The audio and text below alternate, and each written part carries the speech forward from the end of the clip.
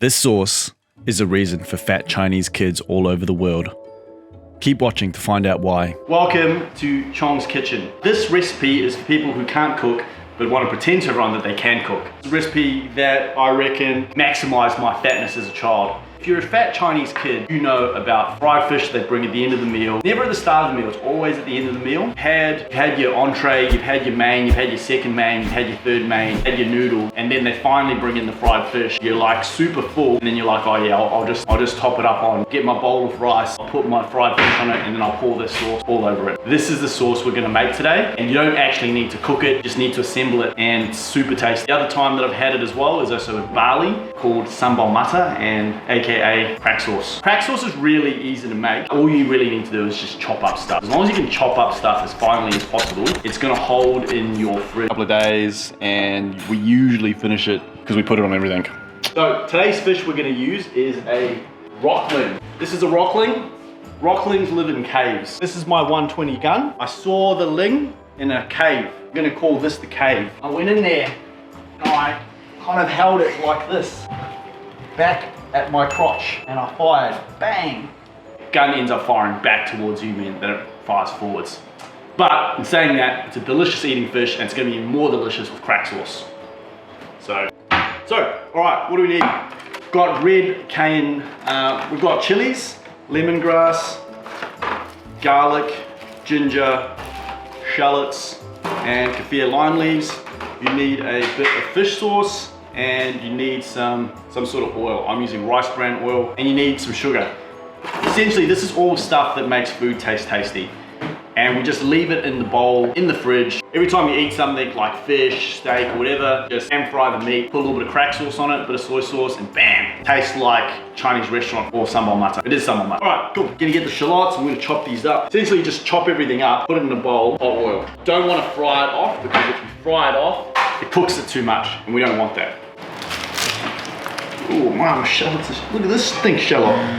Well, if you have a stink shallot like this is like the stinker shallot. Oh, bloody woolies in your stink shallots. Nah, that's all right, I'll just use onion. If you don't, yeah, look, if your shallots stink, you can use an onion. We found a shallot. Shallot. We found a good shallot. But if you don't have shallots, you can use, what do you reckon, red onion? Red onion. What we're doing is just pre-cooking delicious things so we can use them later and not have to cook again. But it's not really cooking, it's just assembling. Alright, so we've done the shallots. We'll do the ginger. Did I say ginger? I don't know. We don't want a lot of ginger. Ginger is stink. We just want a little bit. Pop that in the bowl. This is going to be such an exciting video. Alright, we're going to do what? Chucking 4 cloves of garlic into our sambal mata / crack sauce. I don't know how people keep their stuff so pretty. Maybe like I'll film it afterwards. They probably have pre-peeled their garlic. Oh yeah. I just like that authentic value. Sambal mata is essentially what I ate in Bali all the time. It goes on grilled fish, it goes on, what else is going? Rice. Yeah, but it's the only condiment you need to trick people into thinking you can cook, I think. Wait, was that? That's lemongrass. Oh, oops, sorry, I didn't do the 10-second close-up of the lemongrass. Oh, didn't you? That's all right. Now, this is really important.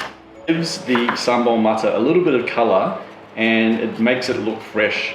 Otherwise, it just all looks like this, which is, if you look at this versus when we add the and that's what we want. We just want to look like we know how to cook. We don't actually, so people are tricked into thinking we can cook.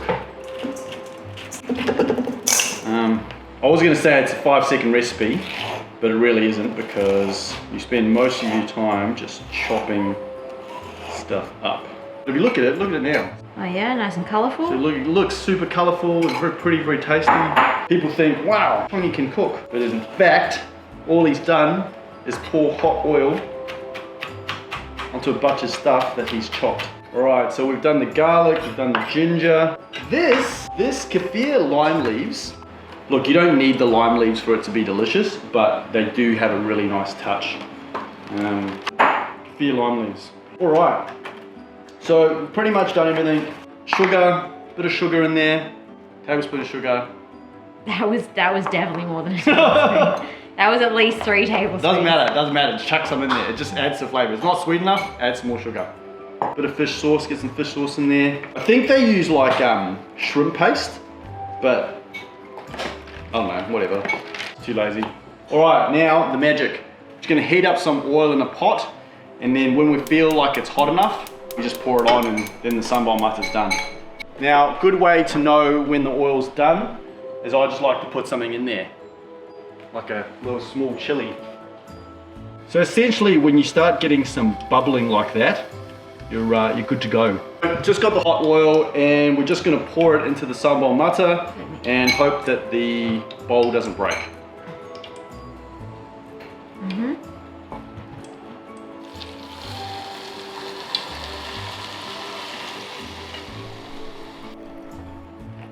And there we have it, team. Sambal mata. Sauce that makes you look like you can cook, but you can't really. All right, just sambal mata on rice with some salad, pre-made salad from Woolies. But we're gonna do a taste test. So like the kale slaw doesn't really go with the Chinese. Childhood. Anyway, like and subscribe for more videos, and hopefully people will think you can cook now.